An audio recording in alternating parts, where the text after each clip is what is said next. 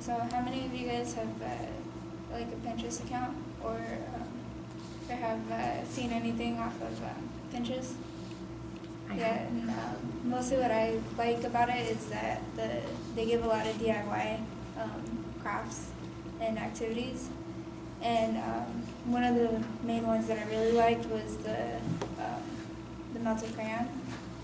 And I felt like it was, it like kind of brought out my inner child. And like, cause it brought me back to when I was a kid and, you know, when you're playing with crayons and stuff. And I babysat a lot too.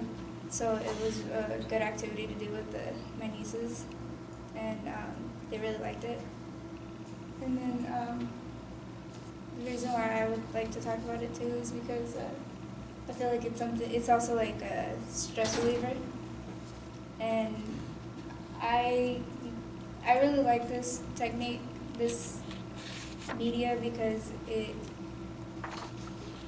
I like this media because, I like doing this and I don't know, it's hard to explain, it's hard to explain, but like, it was just, I don't know, I'm an artistic person, so it's something that I fell in love with, so I've used it for a lot of the main artworks that I've been doing lately. And this is one of them, one of the first ones I did, and the first technique that I used was a blow dryer. And it's one of the easiest ones to start off with, and mainly from most of the tutorials that you would see, that you find online, they suggest using a blow dryer because it's easier to melt the crayons and to melt multiple ones at a time. So it's easier for kids and beginners, and it also lets you control the direction of how the wax melts. And it also has, if you glue it to the canvas, if you glue multiple canvases at a time and you use the blow dryer, you can melt multiple ones at a time. And I also thought that it was really helpful with the dryer that I have because it has different settings on it. And it's also, I found it off of a source called Artistic Junkie. And it shows you the benefits of using a blow dryer, and one of them is the speed of how much heat it's gonna, the speed and temperature of how much of the heat, and that if it's a higher heat temperature, it'll melt it to where it's kind of runny, and so it'll like, that's kind of what I did for this one, and it gives you like a splatter effect. And then I also like that you could also go over with it and paint, and that's what I did with the silhouette. And the next technique is using a palette knife.